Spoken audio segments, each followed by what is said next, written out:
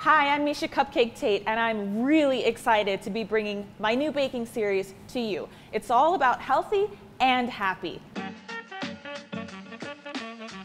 Everybody always asks me, MIesha, what would you do if you weren't a fighter? Well, I'm no longer a fighter, and I've always said my entire career I would want to be a baker.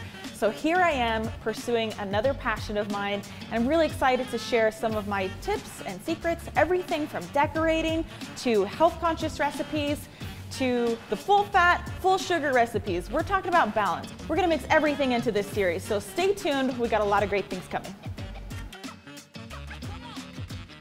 We are going to make red velvet, heart-shaped, cream cheese frosted, delectable little desserts today.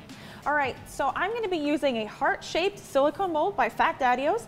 They're gonna come out shaped just like this. Very adorable, very festive. So I'm doing a semi-homemade today. This is for when you're really in a hurry and you want your dry ingredients pre-mixed. Here I have my boxed red velvet dry ingredients. It's okay to buy the cake mix from the store. I do it all the time. Sometimes I just don't have the time to make everything from scratch. So I'm gonna add my eggs, my water, and my oil. Now be careful not to overmix your cake batter. If you overmix your cake batter, you're going to be really flat and dense, but not in a good way. So we definitely don't want to overmix our cake batter. Whenever I'm using a boxed cake mix, I like to spruce it up in some way or another and make it a little bit more homemade. So I have these instant coffee grounds here. You can use espresso powder as well. And I'm actually going to just drop a little sprinkle of those before I pour the cake batter in there. It just enhances that aroma. It's really going to bring out the chocolate flavor. It's going to taste just a little bit better, a little bit more homemade. Nobody will know you used boxed cake mix. All right, now when you're filling these, you want to go about half full. What's amazing about these silicone pans is there's no pan prep work. These are going to pop out just fine. You don't need to spray any kind of non-stick cooking spray. All right, if you spill a little on the tray, don't worry. Manual cleanup works just fine. I'm going to stick these in the oven, and we'll be back in just a minute. All right, now we have our hearts.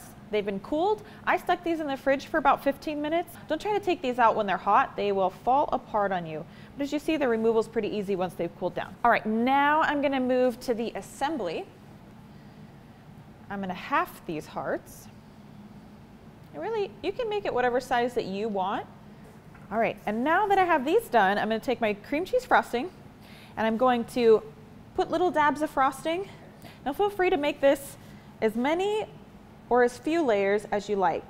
I like the way that 3 layers looks, but it's not too high where I'm worried about it falling over. Especially if you're transporting these, maybe not more than 3 layers. And for the finishing touch, I just kind of sliced a couple pieces of strawberry, and I'm just gonna garnish it. Now we have something going. All right, now my favorite part, always, besides decorating, is tasting. So I'm going to try this. Quality assurance. Go ahead and taste it before you give it to anybody else. Delicious.